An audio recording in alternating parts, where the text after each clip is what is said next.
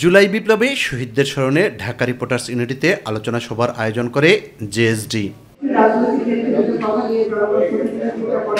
সভায় বিএনপির স্থায়ী কমিটির সদস্য আমির খসরু মাহমুদ চৌধুরী বলেন, গণতান্ত্রিক প্রক্রিয়ার বাইরে কোনো পরিবর্তন আনা হলে তা টেকসই হবে না।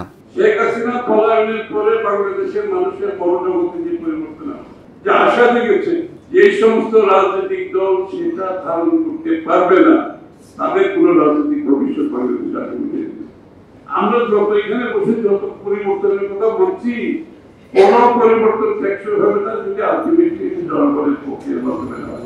বিএনপির ভারপ্রাপ্ত চেয়ারম্যান তারেক রহমানের বিরুদ্ধে কটূক্তির প্রতিবাদে নয়াপল্টনে কৃষক দল আয়োজিত বিক্ষোভ সমাবেশের উদ্বোধনকালে দলের সিনিয়র যুগ্ম মহাসচিব রুহুল কবির রিজভী আহমেদ বলেন, নির্বাচনে জনগণের সমর্থন পাবে না জেনে ষড়যন্ত্র করছে একটি মহল।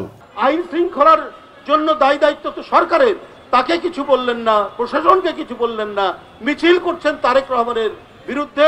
এটা ষড়যন্ত্র, এটা নির্বাচন পেছানো, অথবা আপনারা কোন কুচক্রীদের সাথে আপনারা সম্পর্ক রাখছেন। আপনারা যারা ৭১-এর পরাজিত শক্তি, আপনারা যারা ৮৬-র পরাজিত শক্তি, আপনাদের অপপ্রচার দিয়ে তারেক রহমানের মতো আপোষহীন এক নেতাকে তার আপনারা ভাবমূর্তি ক্ষুণ্ণ করতে পারবেন না। পরে বিক্ষোভ মিছিল বের হয়ে রাজধানীর বিভিন্ন সড়ক প্রদক্ষিণ করে।